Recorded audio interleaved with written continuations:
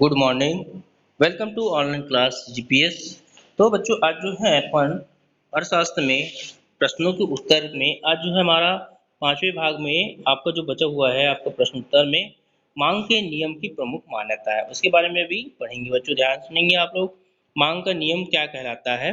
तो सबसे पहले देखेंगे उपभोक्ता की आय में परिवर्तन नहीं, मतलब उपभोक्ता के जो है आय में किसी प्रकार से परिवर्तन नहीं होना चाहिए। तो आय जो काम का मतलब जो पैसा मिलता है उसको आय बोलते सभी को। तो उपभोक्ता की आय में उपभोक्ता के समय पर किसी भी प्रकार का कोई परिवर्तन नहीं होना चाहिए। यदि ऐसा परिवर्तन दृष्टिगोचर होता है तो उपभोक्ता की क्रय शक्ति में परिवर्तन हो जाएगा या नियम लागू नहीं होगा बच्चों। दूसरा, स्थापना वस्तु के मूल्य में भी परिवर्तन नहीं होना, मतलब एक के स्थान पर हम दूसरा वस्तु क्रय करें उसमें भी परिवर्तन नहीं होना चाहिए। तो मांग के नियम की यह मान्यता भी है कि स्थापना वस्तु के मूल्य में भी परिवर्तन नहीं होना चाहिए। यदि परिवर्तन हुआ तो यह नियम सही ढंग से क्रियाशील नहीं होगा। दूसरा देखेंगे बच्चों, यहाँ पर वस्तु को प्राप्त करने की तीव्र क्षमता जो रहता है समान होना चाहिए, मतलब जो भी अपन काम कर रहे हैं कार्य में उसको तीव्र जो रहता है समानता रहना चाहिए कि बार बार बदलते ना रहे। तो मांग के नियम की यह मान्यता है कि उपभोक्ता की वस्तु को प्राप्त करने की तीव्र समान होना चाहिए, तीव्रता जो समान होना चाहिए। किसी प्रकार से तीव्रता में होने वाले परिवर्तन के कारण यह नियम लागू नहीं होना चाहिए। वस्तु के गुण, आकार, प्रकार एवं पूर्ति में परिवर्तन ना हो, मतलब जो है उनके मात्रा जो है समान होना चाहिए। मांग का नियम इस मान्यता पर भी आधारित है कि वस्तु के मूल्य में वस्तु के गुण, आकार, प्रकार में भी परिवर्तन नहीं होना चाहिए, साथ ही प्रवृत्ति में भी अप्रत्याशित परिवर्तन नहीं होना चाहिए बच्चों। अगला क्वेश्चन इसमें देखें, प्रश्न देखेंगे उसी का मतलब उसका जो बताया गया 5 नंबर, उपभोक्ता के दृष्टिकोण में कोई परिवर्तन ना हो, मतलब सोचने या समझने का अधिकार में जो है परिवर्तन नहीं होना चाहिए कि मैं इसको ये कर लूँ उसको ये कर लूँ करके दृष्टिकोण होता है।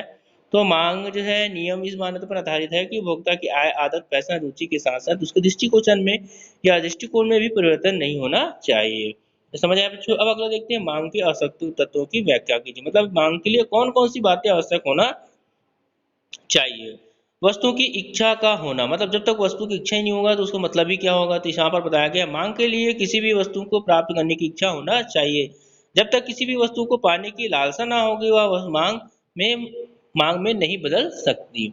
अगला देखेंगे, क्रय करने के लिए पर्याप्त साधन या धन, मतलब उसके लिए पर्याप्त धन होना भी आवश्यक है, तब तो वो क्या करेगा, वो किसी कार्य को क्रय कर सकता है, खरीद सकता है। तो वस्तु को प्राप्त करने के लिए उपभोक्ता के पास पर्याप्त धन होना चाहिए, तभी वो उसे क्रय कर सकता है। व्यय करने की क्षमता, उसमें वस्तु में व्यय क्रय करने की क्षमता भी होना चाहिए। उपभोक्ता उस वस्तु को क्रय करने के लिए उस पर व्यय करने की तत्परता रहना चाहिए। निश्चित मूल्य पर प्रस्तुतिकरण, मतलब मांग को एक निश्चित मूल्य पर व्यक्त कर प्रस्तुतिकरण किया जाना चाहिए, क्योंकि निश्चित मूल्य पर प्रदर्शित एवं मांगी गई मात्रा ही मांग कहलाती है। अगला है निश्चित समय संदर्भ पर प्रस्तुतिकरण, मतलब समय का भी ध्यान होना चाहिए। मांग को निश्चित समय एवं संदर्भ पर व्यक्त कर प्रस्तुत किया जाना चाहिए, क्योंकि एक निश्चित अवधि एवं समय पर निश्चित मूल्य पर वस्तु की मात्रा का मांग जाना मांग के आवश्यकता तत्व में से एक है। अगला इसी में देखेंगे, इस प्रकार प्रभोत्पादक उत्पादक इच्छा आवश्यकता कहलाती है एवं निश्चित अवधि पर निश्चित मूल्य पर वस्तु की मांगी जाने मात्रा मांग कहलाती है। तो समझ आया बच्चों यहाँ पर। अब अगला देखते हैं, प्रश्न चलते हैं, उपयोगकर्ता का क्या अर्थ है, उदाहरण द्वारा या परिभाषा द्वारा समझाइए। तो दैनिक जीवन में हम जो है विभिन्न वस्तुओं का उपयोग करते हैं और जिससे हमारी आवश्यकता की पूर्ति होती है या हमें संतुष्टि मिलती है। अर्थशास्त्र की भाषा में किसी वस्तु के जिस गुण से मानवीय आवश्यकताओं की संतुष्टि होती है उसे उपयोगिता कहते हैं, मतलब मनुष्य के द्वारा जो संतुष्टि उसको प्राप्त होता है जीवन में उसी को उपयोगिता कहा जाता है। प्रोफेसर वाक के अनुसार बताया गया है, मानवीय आवश्यकताओं को संतुष्टि करने की क्षमता ही उपयोगिता है। मनुष्य की जो आवश्यकताओं को संतुष्ट करना ही क्या है, उसकी क्षमता उपयोगिता है। अगला देखेंगे, प्रश्न नंबर जो दिया है, उपयोगिता की विशेषता का वर्णन करें। पहला है, उपयोगिता जो है व्यक्तिगत होती है। उपयोगिता व्यक्तिगत से संबंधित होती है। एक वस्तु एक व्यक्ति के लिए उपयोगी हो सकता है लेकिन दूसरे के लिए नहीं होगा। इसके अतिरिक्त एक ही वस्तु की उपयोगिता भिन्न भिन्न व्यक्ति के लिए भिन्न भिन्न हो सकता है, क्योंकि एक समान सा व्यक्ति एक करेगा तो सबके लिए एक हो सकता है।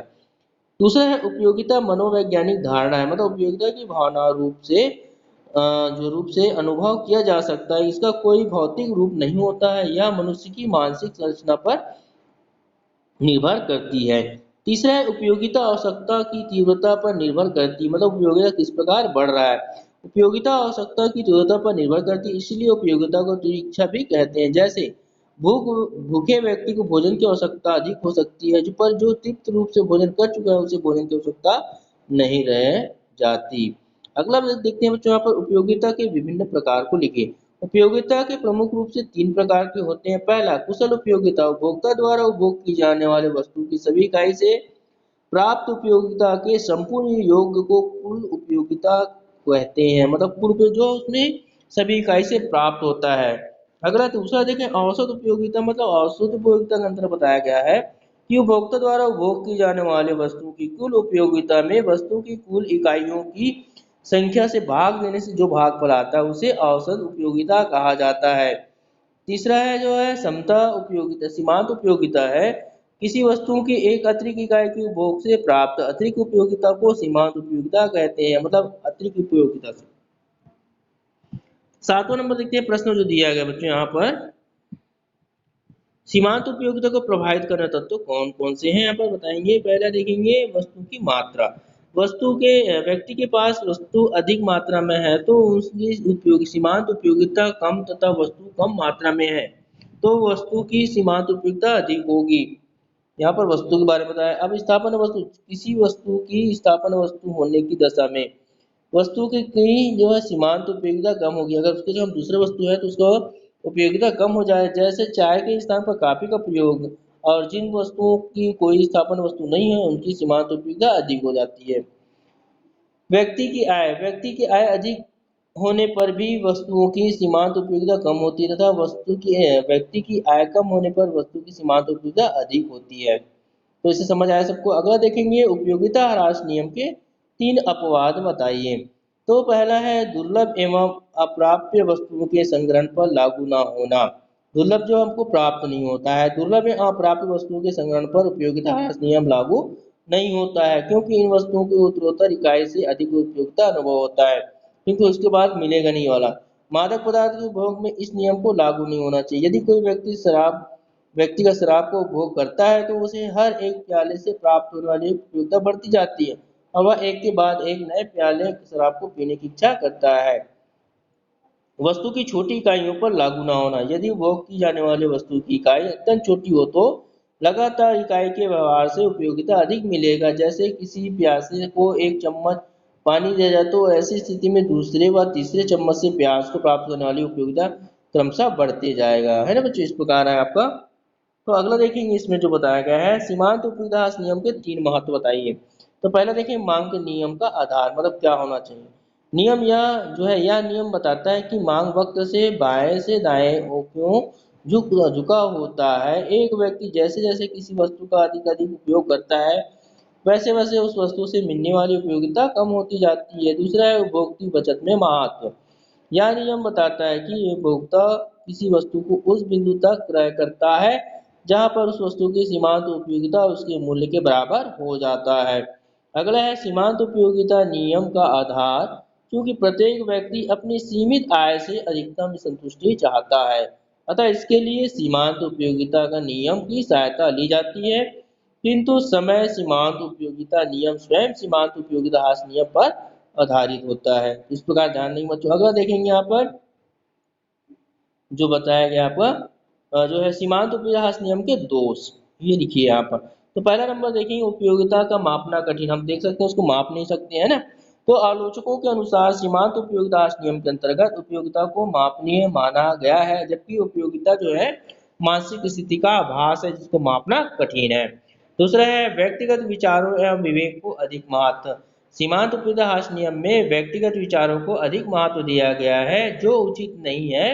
व्यक्ति सदैव विवेक से कार्य नहीं करता, बल्कि वह सामाजिक रीति रिवाज, फैशन व मन के उमंग के बहाव में वस्तुएं खरीदता है और उनका उपभोग करता है। तीसरा है उपयोगिता पूरक एवं स्थापन वस्तु पर निर्भर है। उपयोगिता वस्तुओं की मात्रा के अतिरिक्त उसकी पूरक एवं स्थापन वस्तु पर ही निर्भर करता है। लेकिन यहाँ पर नियम के प्रभाव को उपेक्षा करता है। चौथा जो मुद्रा की सीमांत उपयोगिता स्थिर नहीं है। तो आलोचकों अनुसार मुद्रा की सीमांत उपयोग स्थिर नहीं रहती है। पांचवा आवश्यकता की पूर्ण संतुष्टि संभव नहीं है। तो आवश्यकता की विशेष कि पूर्ण संतुष्टि की मान्यता ही गलत है। उपभोक्ता की अवधि लंबी होने पर मानवीय आवश्यकताएं की पूर्ण संतुष्टि संभव नहीं होती है। छठवां है नियम नियम जो है सूक्ष्मता प्रदान, मतलब सीमांत उपयोगिता नियम नियम जो है सूक्ष्मता प्रदान है, क्योंकि इसमें व्यक्तिगत उपयोगिता का ही अध्ययन किया जाता है। तो बच्चों आज के लिए गुड डे। यहाँ पर जो है सीमांत उपयोगिता और कुल उपयोगिता में अंतर कल पढ़ेंगे। गुड डे आज के लिए।